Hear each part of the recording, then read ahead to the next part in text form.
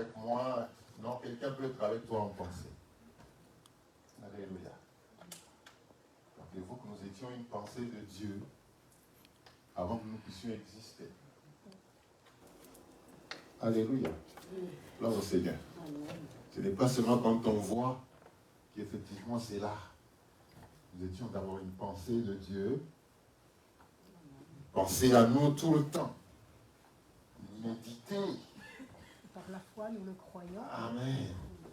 Il méditait, il se disait, je vois cette sœur-là, c'est ma fille-là. Je la vois d'où elle vient. Je sais où je vais la mettre. Je sais qui seront ses parents. Je vais commencer par choisir ses parents. Parce que je sais que ses parents, là, vont maintenant avoir cet enfant-là que j'aime.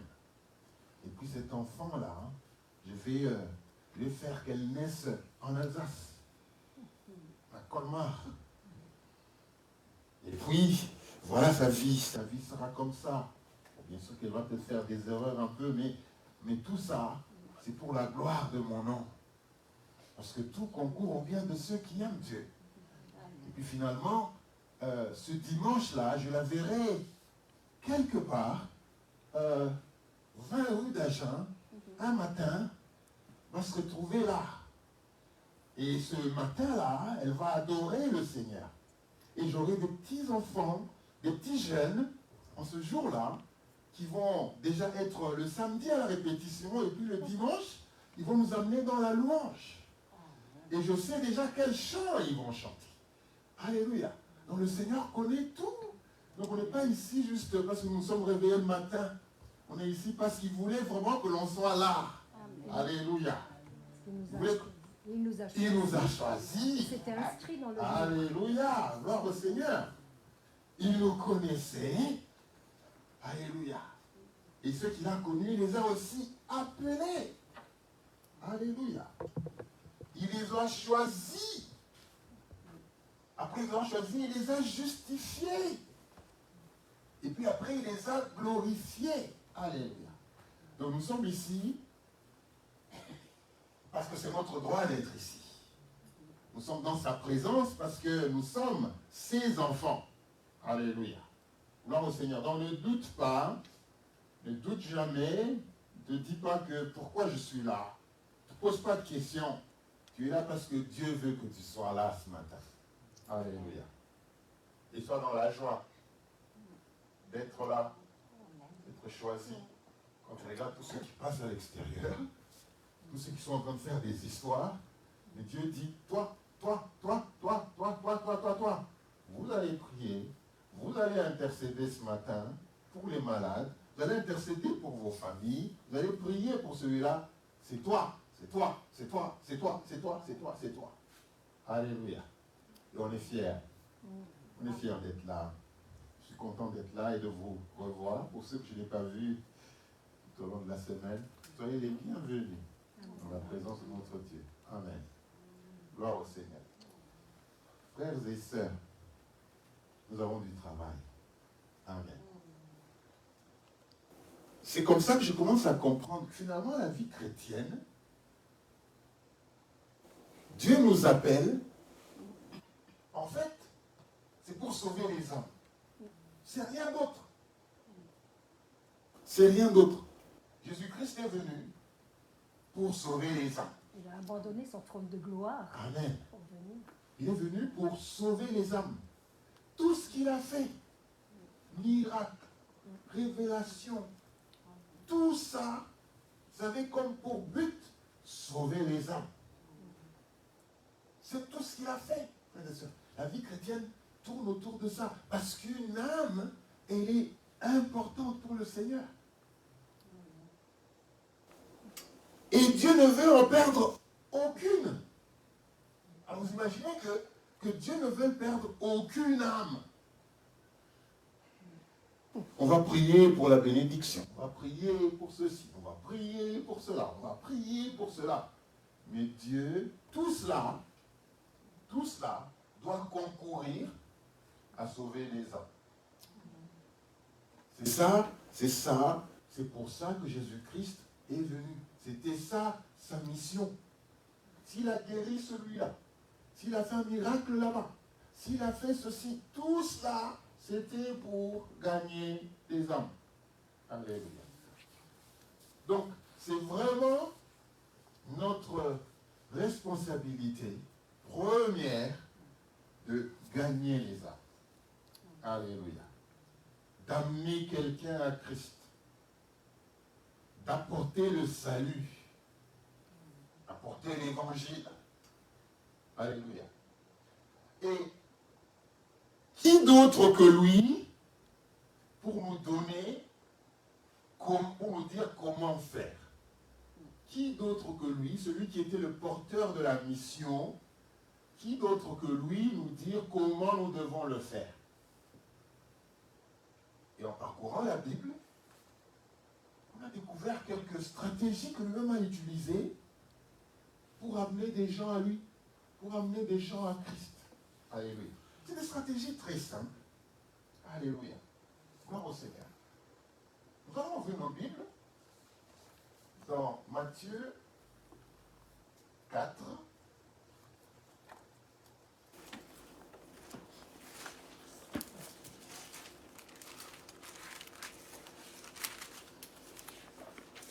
Matthieu 4. Nous allons lire 18 à 20.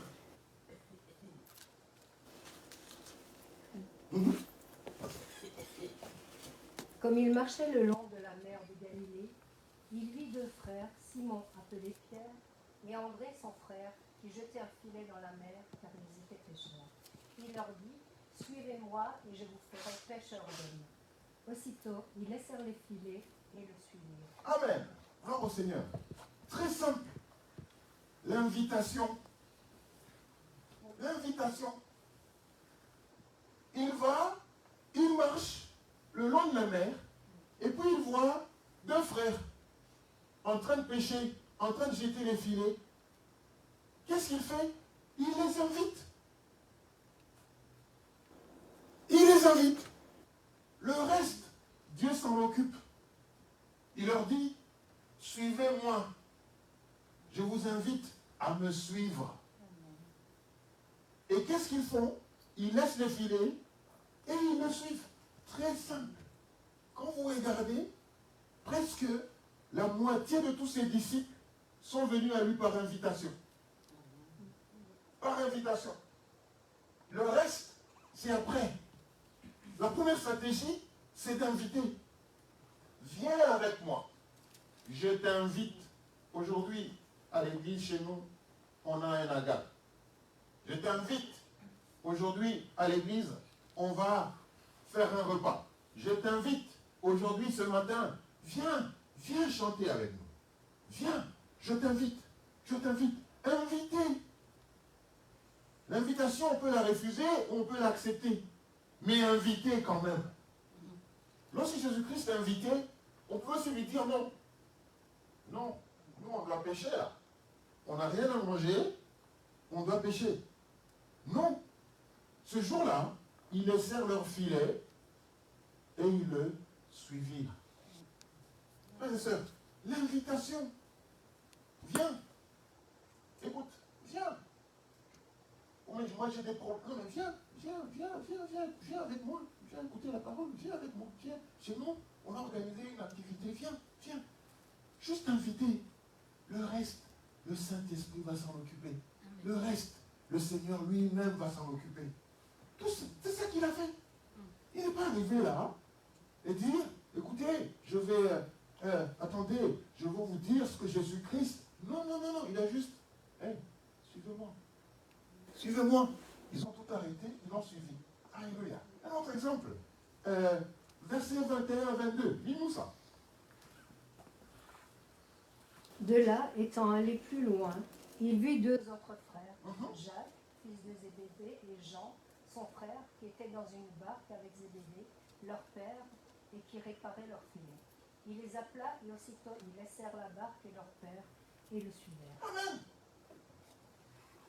Il était en train de partir le long du chemin. Il voulait des disciples. voulait des disciples. Il voulait que des gens acceptent le message du salut. Ces gens n'avaient jamais accepté ce message-là. Qu'est-ce que je fais? Je vais essayer de les inviter. Ce n'est pas moi. Je sais juste de les inviter, qu'ils me suivent, qu'ils suivent Jésus-Christ, qu'ils viennent là où je vais.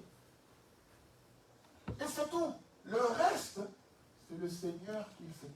C'est le Saint-Esprit qui va. Il voit les frères, vous aussi, suivez-moi. Ils étaient avec leur père, en famille, discutaient, se disaient, on a travaillé, on n'a pas eu, mais qu'est-ce qui va pas, comment est-ce qu'on va faire? Et là, il voit quelqu'un qui débarque et dit, suivez-moi, je vous invite à me suivre. Ok. On fait quoi, papa? On fait quoi? Il se regarde. Non, on le suit. Et ils l'ont suivi. Ça fait déjà combien? 4 personnes. Ça fait déjà 4 personnes qui acceptent de le suivre. Juste venir, alors il peut voir. Il dit qu'il va nous faire des pêcheurs d'hommes. Mais qu'est-ce que c'est que ça, être pêcheur d'hommes? Allons voir. Allons voir. Alors, suivons-le, on va voir. Voilà ce qui va se passer. Quand quelqu'un vient, le reste, c'est le Saint-Esprit qui fait. Le reste, c'est le Saint-Esprit qui va convaincre. Le reste, c'est le Saint-Esprit qui va approuver. Frères et sœurs, suivez-moi. Gloire au Seigneur. On continue. Jean 1, 43.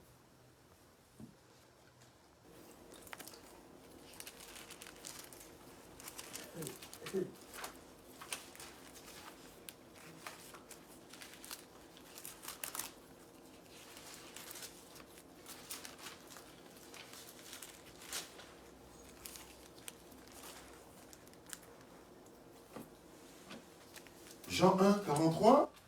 Moi j'ai trouvé, je peux lire. Le lendemain, Jésus voulut se rendre en Galilée. Et il rencontra Philippe. Et il lui dit, suis-moi. Il n'a pas déclaré des paroles. Il n'a pas donné des révélations. Tu vois, lorsque le Seigneur me dit, il y a des gens qui viennent te dire, le Seigneur me dit que je vois ça dans toi, le Seigneur me dit. Le Seigneur ne dit rien du tout. Écoute, quand je t'ai vu venir, le Saint-Esprit m'a dit, non, invite le frère, suis-moi. Qu'est-ce que tu fais demain matin? Mais viens avec moi. Viens avec moi. Une fois, qu'est-ce que ça fait? Ça fait rien. Viens avec moi le matin. Viens, on va passer 1 ou 2 heures ensemble. Viens. Les gens, ils aiment bien quand on les invite pour manger. Écoute, quand vous dites, on a fait un repas aujourd'hui à la maison, est-ce que tu peux venir? Ils vont tous venir pour manger. Quand c'est pour manger, les gens viennent. Non, c'est des petits gâteaux, est-ce que tu peux venir? Ils vont venir. En fait, on fait aussi des gâteaux comme ça. On les attire. Et quand les gens ils aiment manger, tu fais aussi des gâteaux, tu les invites. Il rencontre Philippe. Il lui dit, suis-moi. On fait combien? 5. Philippe le suit. Vous vous rappelez de ce monsieur qui dit, mais tu parles tout le temps de père, mon père, mais montre-nous-le. Comme ça, c'est ok, c'est fini. Il lui dit, mais Philippe, je suis avec toi tout ce temps. Et aujourd'hui, tu me demandes où est le Père? Qui m'a vu, a vu le Père. Mais quand vous regardez l'origine, comment ça a commencé? Il a rencontré, le long de la route, toi aussi, suis-moi. Ok. Enfin, on va suivre, on va voir. On va voir où est-ce qu'il va nous amener. L'invitation, c'est une stratégie que le Seigneur a utilisée. Il a invité des gens à le suivre, à venir avec lui, et ils sont venus. Vous pensez que l'invitation, c'est pour aller manger à la maison? Tu peux inviter. Écoute, qu'est-ce que tu fais demain matin? Je t'invite. Tu ne sais pas. Tu ne sais pas ce que le Seigneur a pour chacun d'entre nous. Tu ne sais pas ce que le Seigneur a prévu pour chacun d'entre nous. Alléluia. Tu ne sais pas. Si tu t'engages à travailler pour le salut des âmes, Le reste, c'est le Seigneur qui s'en occupe. Alléluia. Donc voilà déjà un cinquième qu'on vient de rencontrer et on l'invite. Viens, suis-moi. Et il a suivi. Alléluia. On continue. Gloire au Seigneur. Marc 2, 14.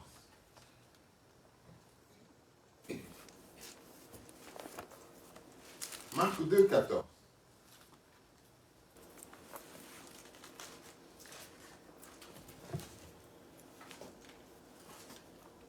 En passant, il vit Lévi, fils d'Alphée, assis au bureau de péage. Il lui dit, suis-moi. Lévi se leva et le suivit. Ouais, mes frères. Très simple. Il voit Lévi. Il lui dit, tu fais quoi là? Non, je suis encore au travail. D'accord. Mais suis-moi. Et qu'est-ce qu'il fait? Eh bien, il le suit. Il le suit. Et en passant, et toujours en passant. Donc quand tu passes, tu es préoccupé par tes choses.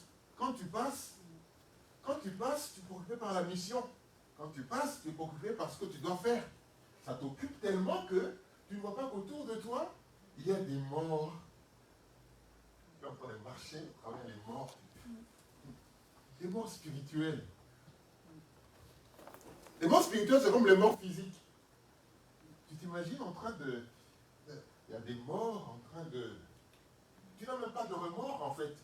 Imagine-toi que c'était des morts physiques qui sont allongés le long de la rue. Et toi tu passes. Tu es préoccupé par ta mission.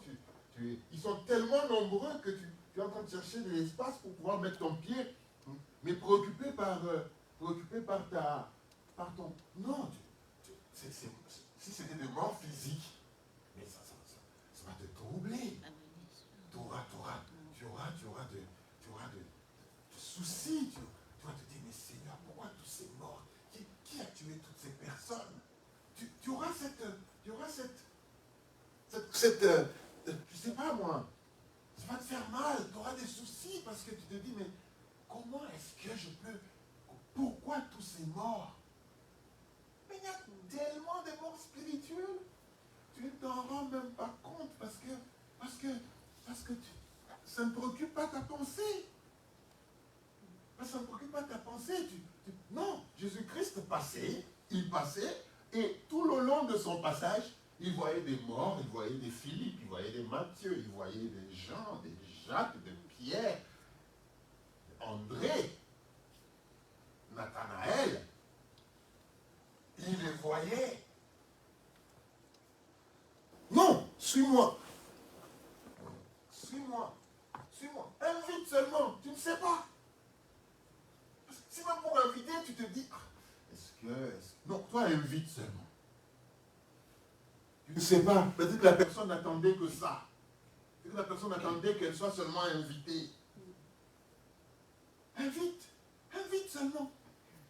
Invite. Et puis ce moment tu le fais, parce que tu viens d'écouter ce message, le Saint-Esprit prend le dessus maintenant. Parce que tu ne le fais pas pour toi. Tu ne le fais pas juste pour qu'on vienne te voir. Tu le fais parce que tu es en train de te soucier de ces morts spirituels avec lesquels on partage les rues, avec lesquels on partage les magasins, avec lesquels on partage le lieu de travail. C'est des morts.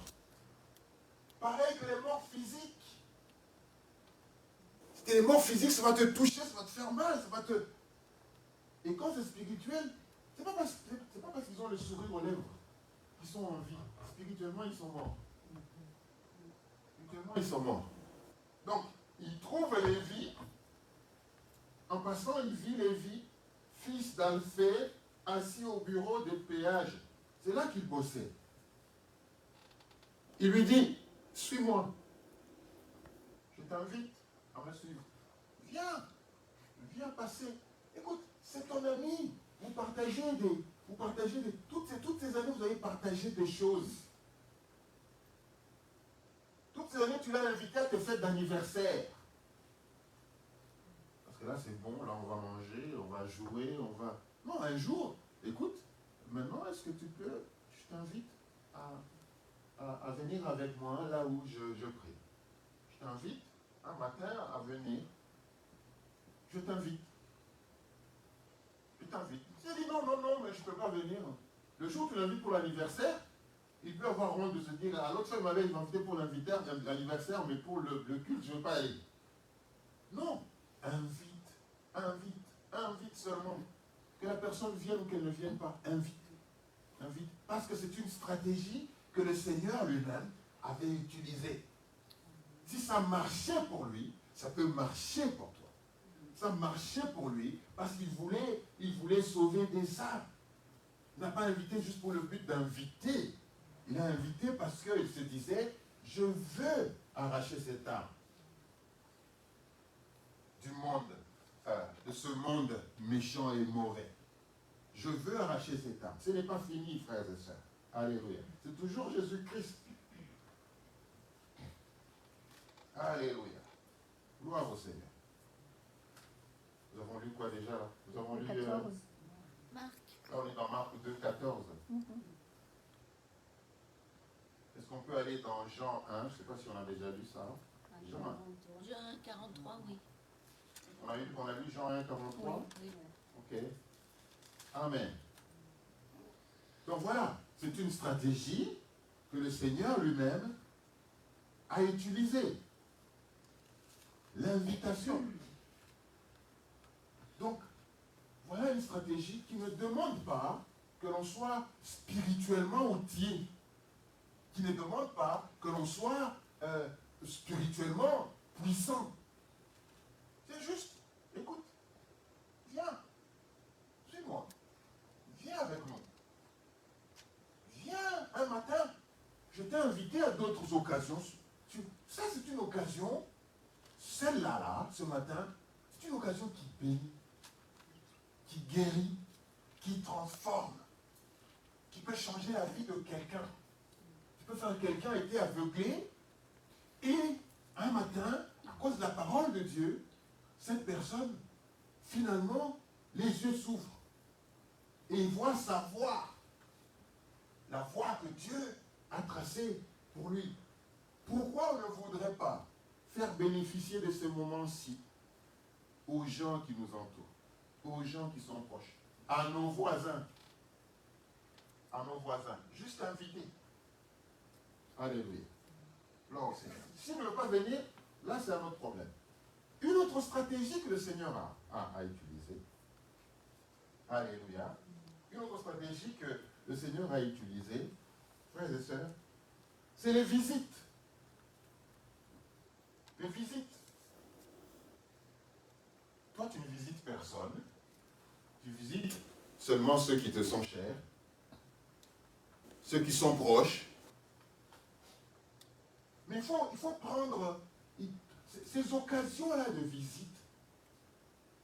C'est des grandes occasions que le Seigneur a utilisées pour amener des gens à Christ, à lui. Alléluia. Il a utilisé ces occasions-là. Gloire au Seigneur. Nous allons lire un texte. Nous allons dans Luc. Nous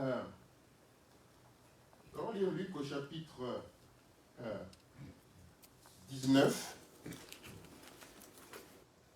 Luc 19. C'est un long texte.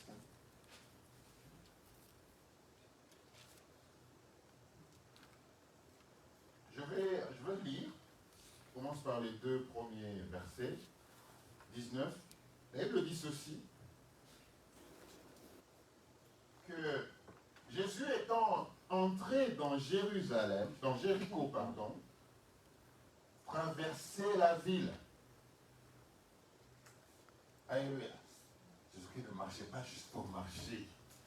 Il ne sortait pas juste pour sortir. Il sortait avec une mission. Alléluia. Tu peux faire aussi, tu peux prendre exemple. Tu ne sors pas seulement quand tu as quelque chose à faire, qui est connu. Tu peux sortir aussi dire, Seigneur, aujourd'hui, je vais marcher, accompagne-moi par ton Saint-Esprit, parce que je je veux inviter des gens à Christ. Parce que je veux visiter quelqu'un. Seigneur, montre-moi qui est-ce que je peux visiter aujourd'hui. Seigneur, je prie pour que j'ai envie de visiter. Montre-moi qui est-ce que je peux visiter aujourd'hui. Qui est cette personne dont tu as le plan de salut aujourd'hui? Pour que je visite. Qui est cette personne-là? Alléluia. Donc Jésus étant entré dans Jéricho, traversait la ville. Et voici un homme riche, appelé Zachée, chef des publicains, cherchait à voir qui était Jésus. Jésus-Christ ne savait pas. Lui, il marchait, il traversait la ville. Et voilà un monsieur riche et qui cherchait à voir Jésus. Mais il ne pouvait y parvenir à cause de la foule, car il était de petite taille. Vous savez, frères et sœurs, qu'il y a des gens, juste aujourd'hui, qui ne sont pas encore venus à Christ parce qu'il y a une foule. Parce qu'il y a une foule devant eux. Il y a des foules que l'on ne voit pas. Vous pensez que toute la foule se voit. Il y a des gens qui auraient pu donner leur vie au Seigneur, ça fait longtemps. Mais entre eux et le Seigneur, il y a une foule. La foule peut représenter beaucoup de blocages. La foule peut représenter la famille. Les gens tout autour, qu'est-ce qu'ils vont dire? Qu'est-ce que les gens vont dire? Qu'est-ce qu'ils vont dire? Eux, ils me connaissent depuis. Si je fais ça, peut-être qu'ils vont me condamner. Il y a des gens qui cherchent à voir Jésus, mais il y a la foule. Il y a des gens au fin fond d'eux-mêmes. Ils savent qu'ils sont dans le péché. Au fin fond d'eux-mêmes, ils auraient aimé. Ou plutôt, ils pensent à donner leur vie au Seigneur. Ils pensent à changer leur vie. Mais comment est-ce qu'ils vont y parvenir? Qui va les amener à cela? Pourquoi? Parce qu'il y a toute une foule devant eux. C'est des gens qui ont eu une influence sur leur vie. C'est des gens qui, à un moment, sont intervenus dans leur vie.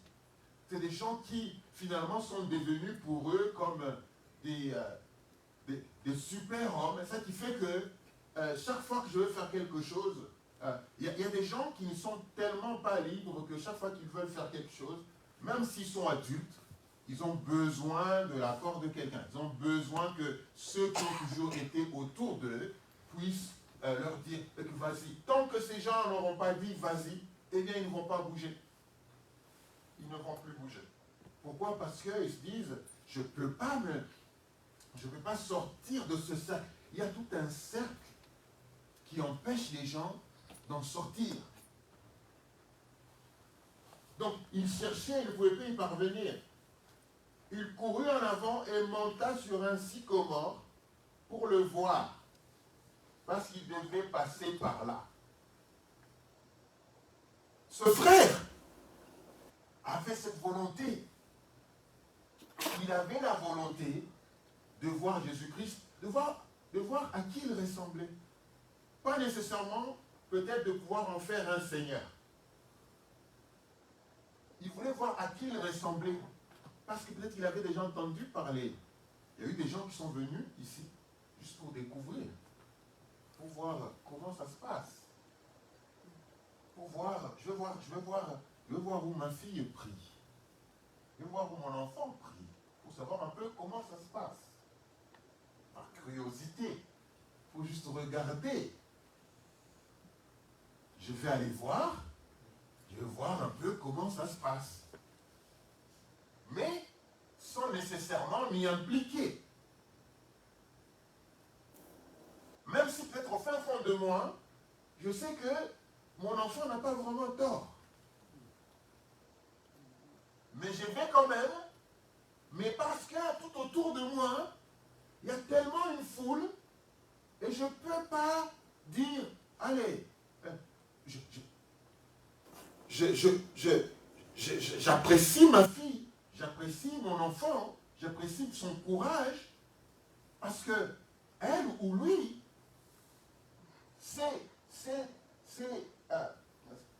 elle ou lui s'est détaché du cercle.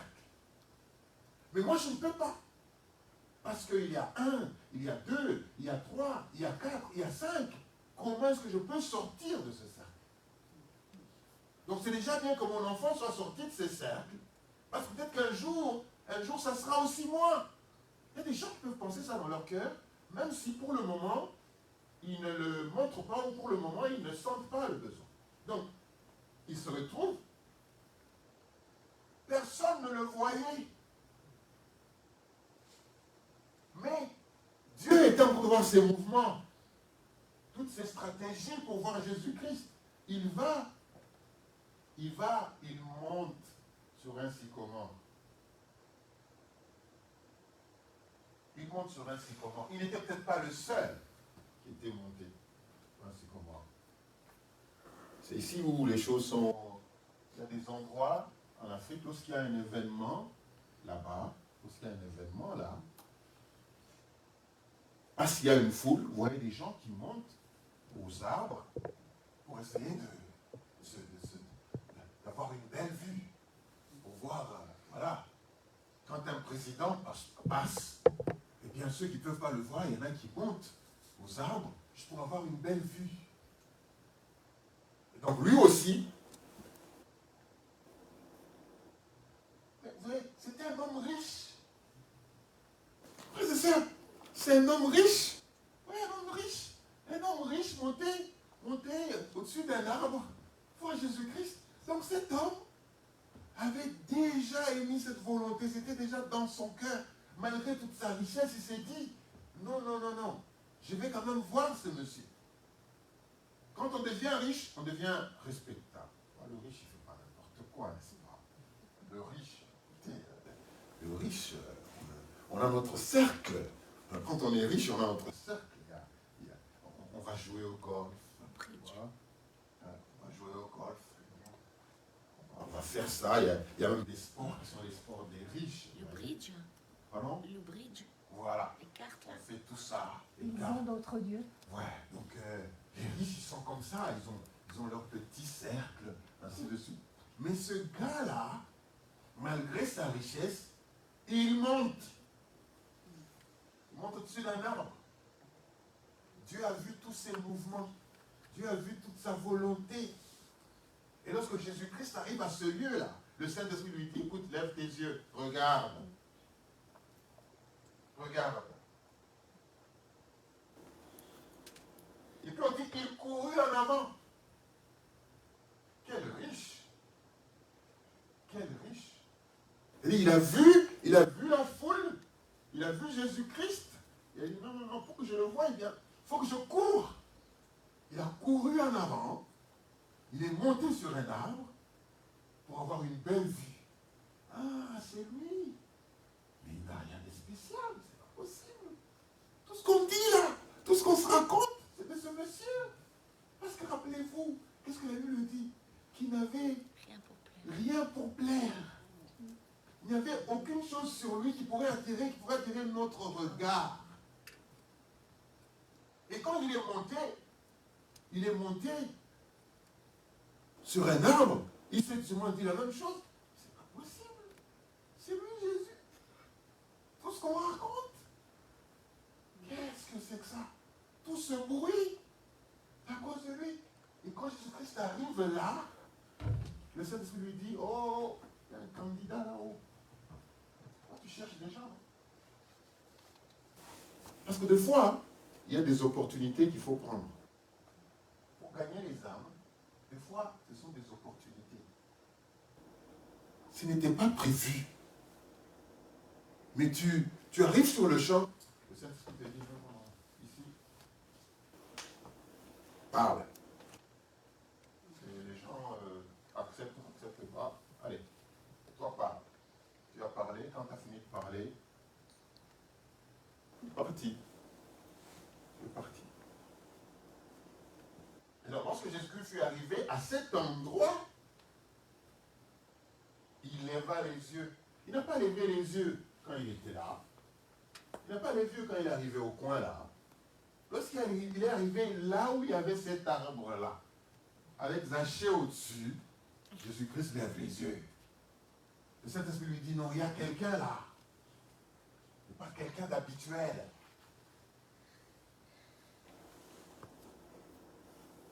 Et lui dit, Zachée, hâte-toi de descendre.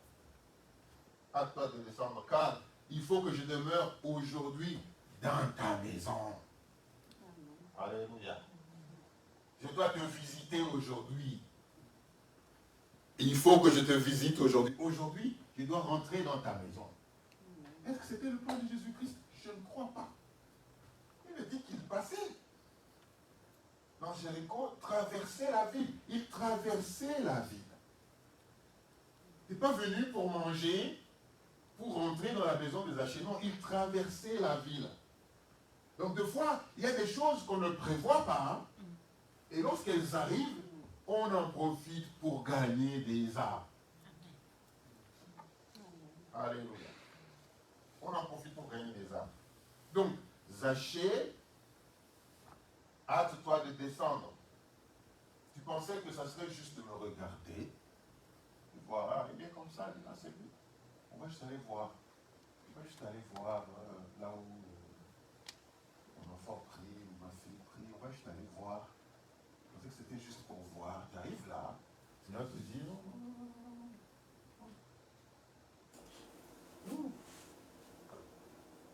Alléluia.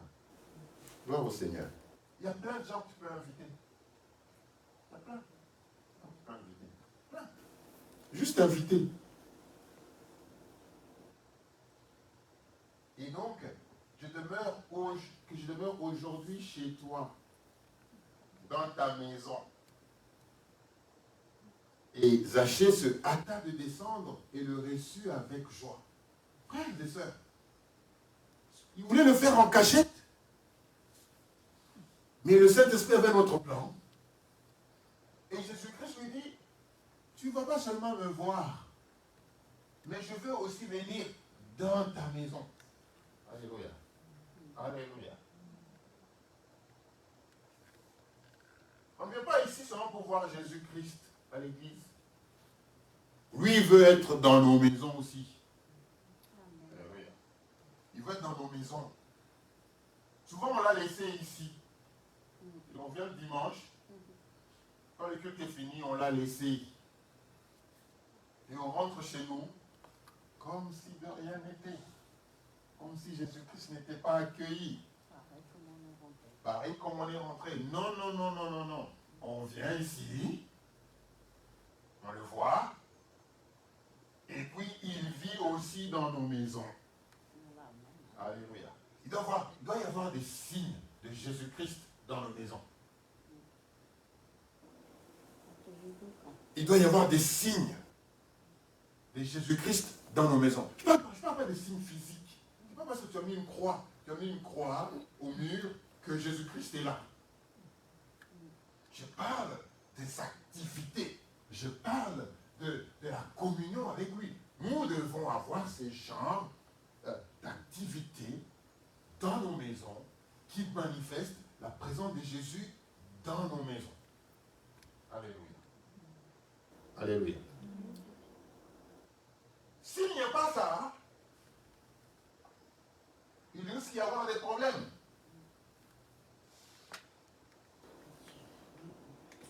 Dieu n'a pas laissé Zachée juste de le voir sur un arbre, mais il a dit non, non, non, non, non, non. Descends. Aujourd'hui, je vais venir dans ta maison. Alléluia. Alléluia. Il a dit, hâte-toi de descendre. Hâte-toi de descendre. Alléluia. Ça veut dire qu'on n'a pas le temps à perdre. On n'a pas le temps à perdre. On doit aller dans la profondeur. On ne se limite pas sur le superficiel. On vous a parlé de ça ce matin. On ne se limite pas sur le superficiel. Non, je le vois juste. Ah, c'est ça qui commence. D'abord, c'est le superficiel. Et puis après, on va rentrer dans la profondeur. Très, très rapidement. Très, très rapidement. Donc, il y a les visites. Frère, quand vous visitez quelqu'un, vous pouvez découvrir leurs problèmes. Vous pouvez prier avec eux.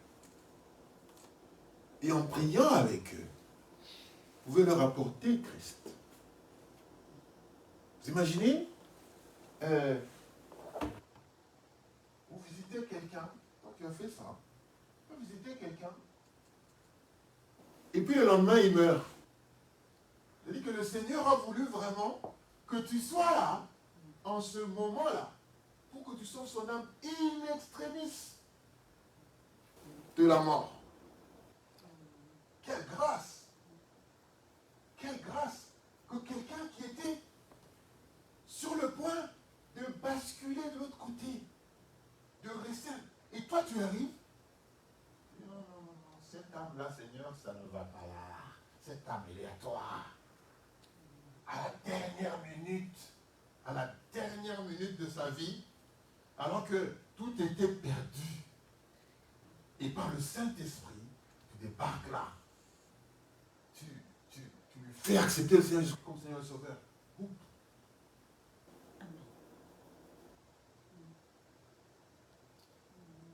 Quelle grâce. Quelle grâce. Quelle sœur, quelle grâce. Donc, la visitation, c'est important. C'est important de visiter. On lit un autre texte. Alléluia. Alléluia. Gloire au Seigneur. Lisons Matthieu 25, 34 à 36.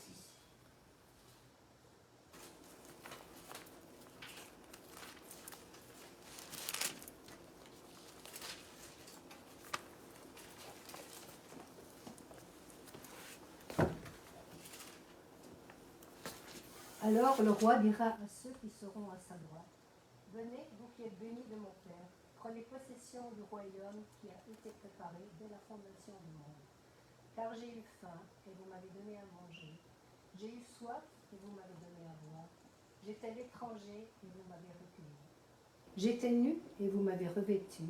J'étais malade, et vous m'avez visité. J'étais en prison, et vous êtes venus vers moi. Amen. Alléluia. Donc, la visitation. J'étais en prison et vous êtes venus vers moi.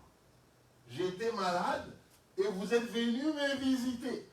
Parce que quand tu vas visiter quelqu'un qui est malade, elle est faible, cette personne. Je peux prier pour toi.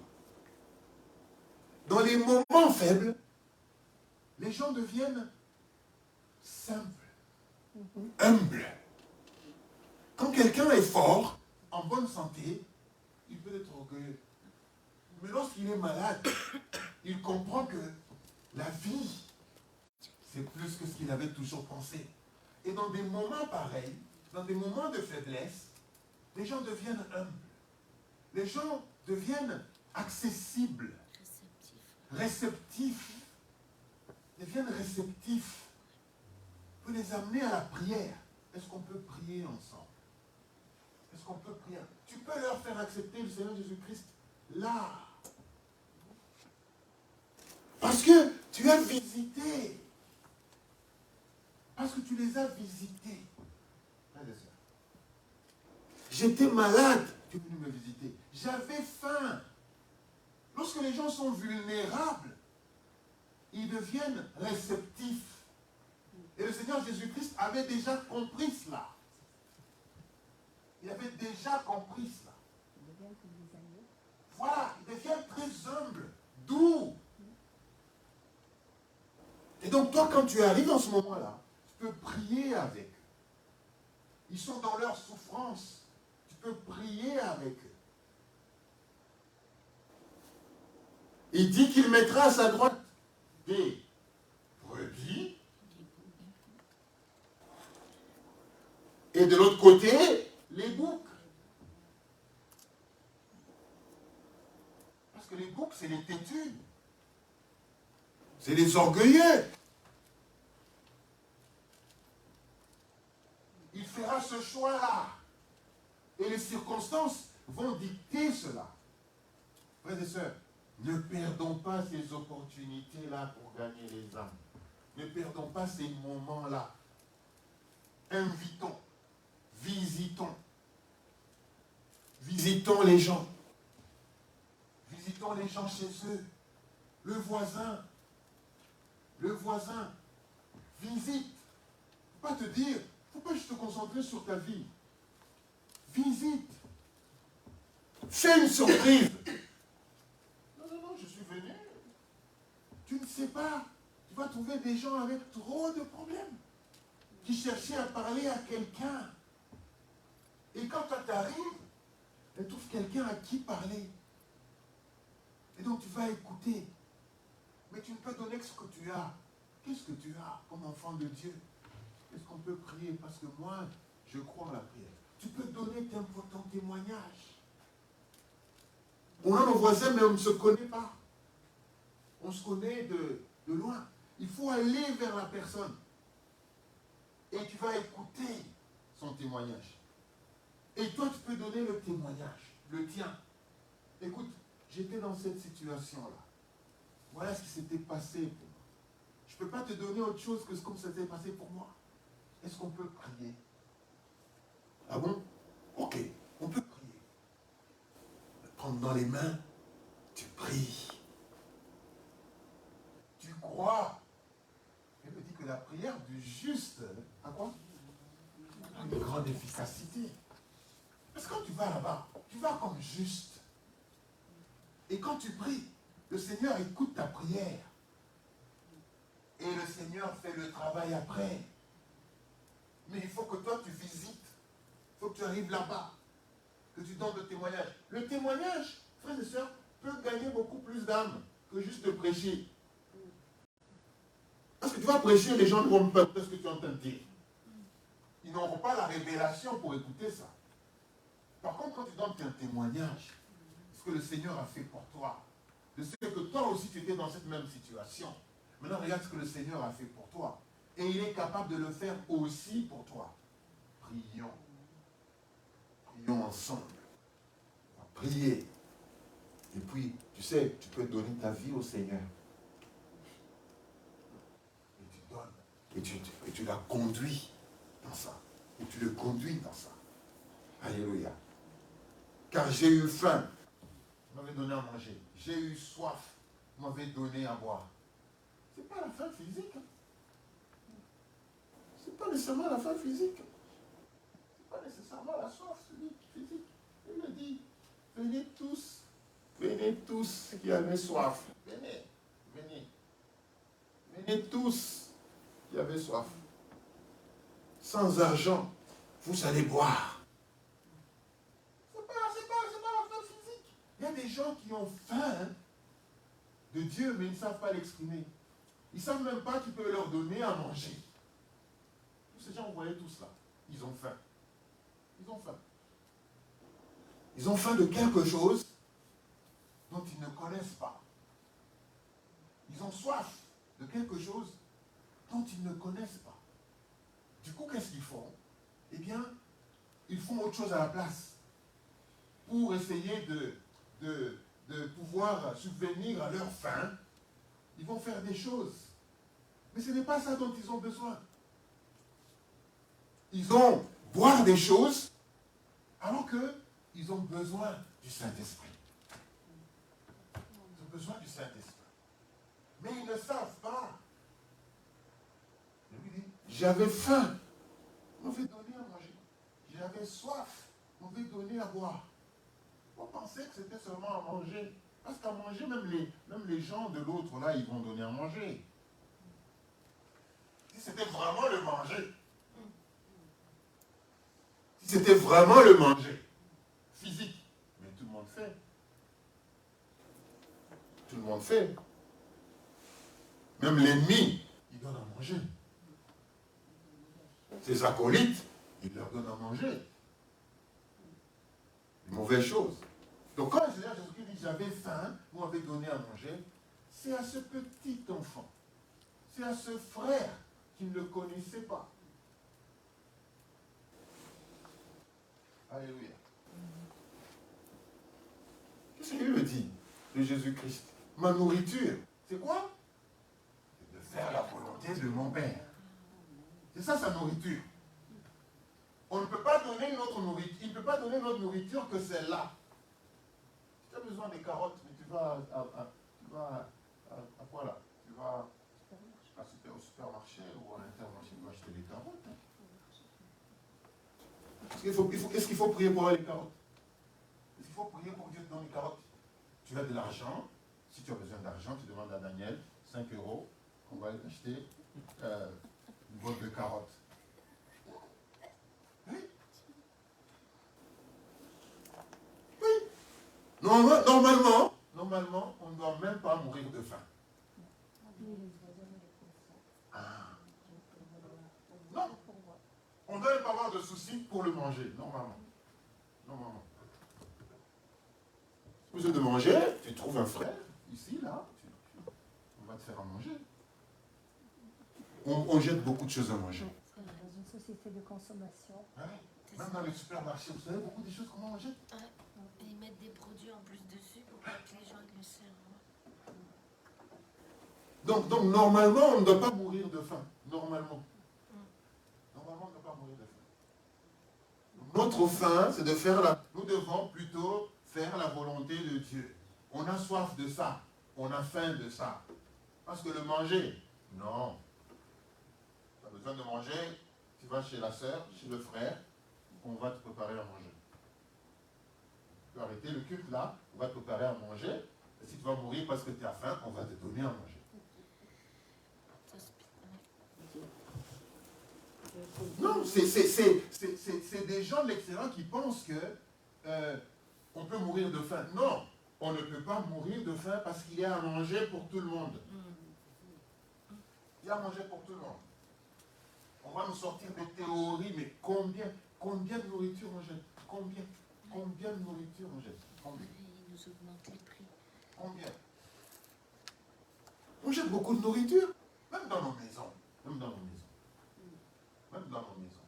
Quand tu vas dans ton frigo, là, tu vas trouver des choses qui sont restées pendant longtemps, là. Tu les avais achetées. Viens voir dans mon frigo. Viens voir dans mon frigo, tu vas voir. Va voir. On dispense l'argent, on la fait en net. Tu vas voir. Ah oui. On va acheter des fromages, et puis quand on va y aller comme ça, ils ont déjà séché. C'est pas possible. C'est pas bon. Hein? C'est pas bon.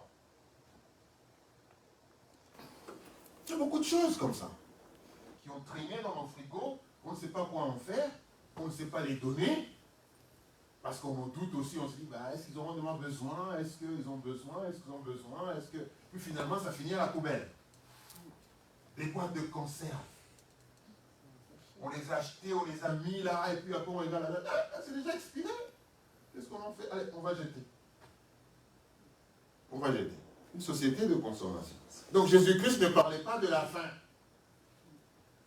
C'est plutôt d'aller amener la nourriture, la volonté de son Père, aux frères et aux sœurs. Alléluia. Dernier verset. Psaume 126, versets 5 à 6.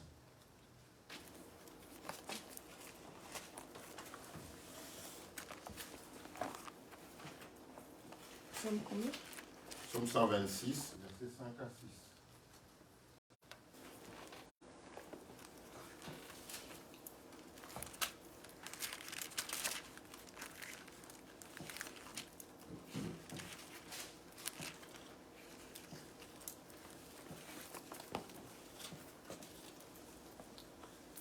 Ceux qui sèment avec larmes moissonneront avec chant d'allégresse.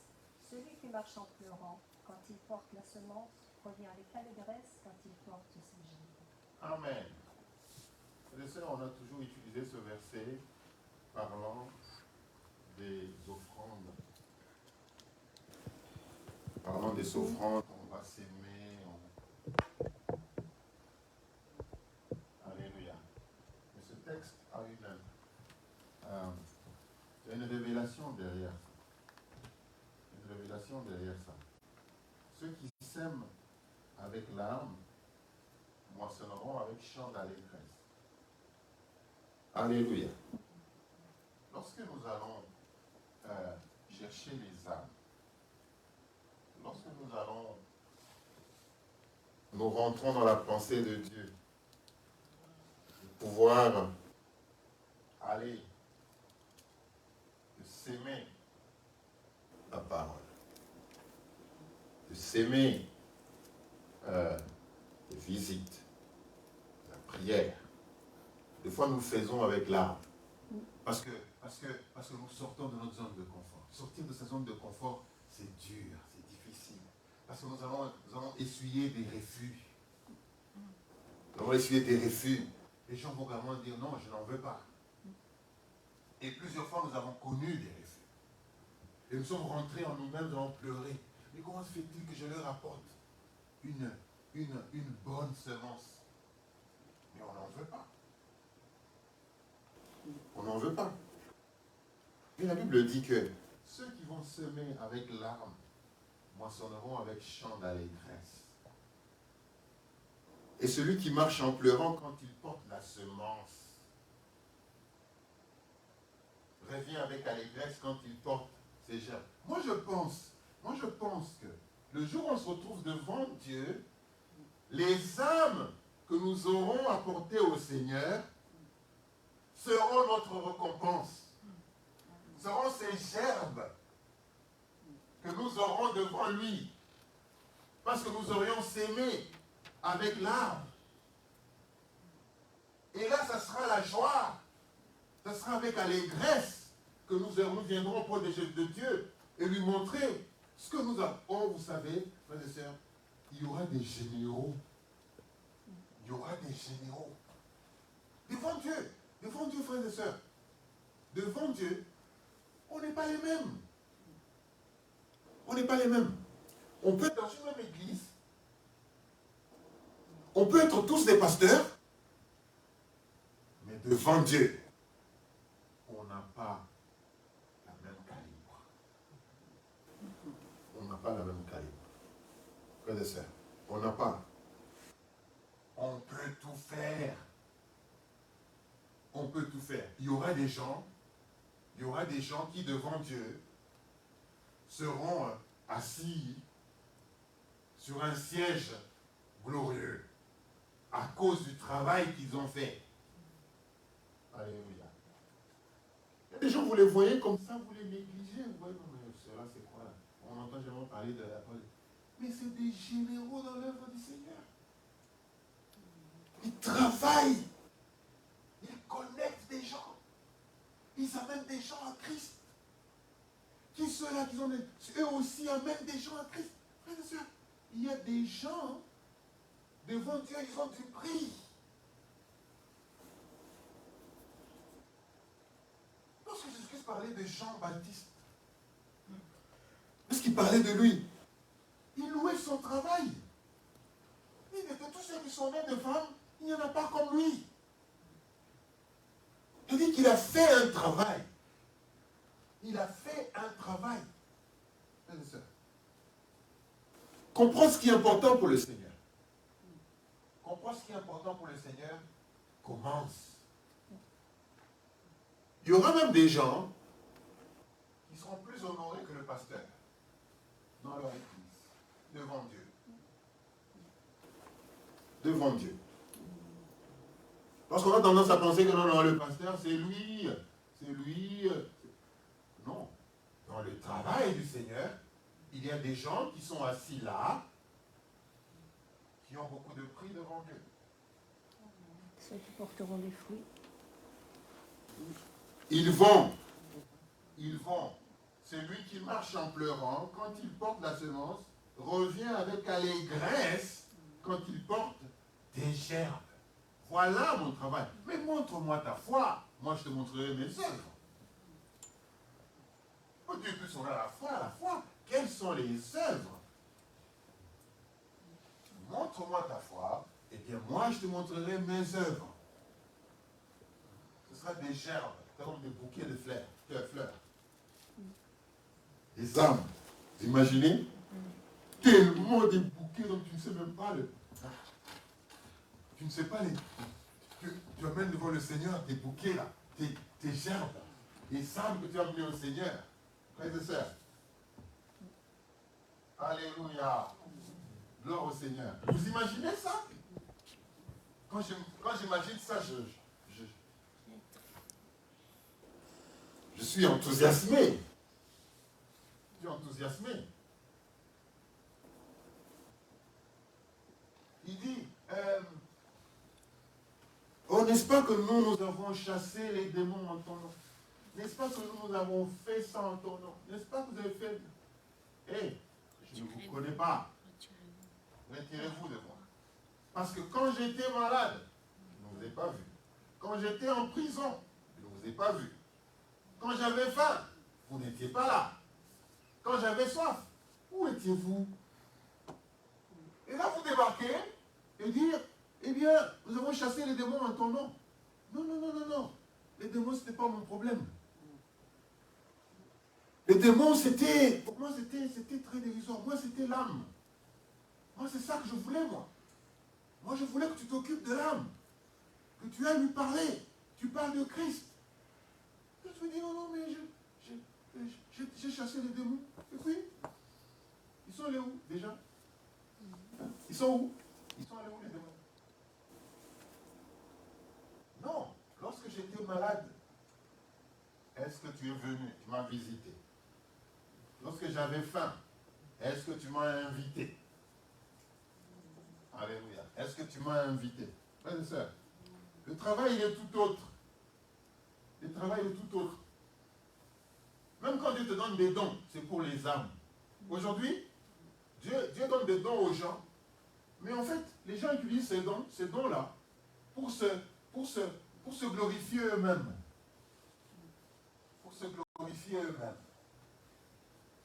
Pour que les gens voient comment est-ce que les gens sont en train de tomber, pour se glorifier eux-mêmes. Pour que les gens disent, ah, vous connaissez cet homme de Dieu-là? Oh, il est puissant. Non, c'est Jésus-Christ qui est puissant.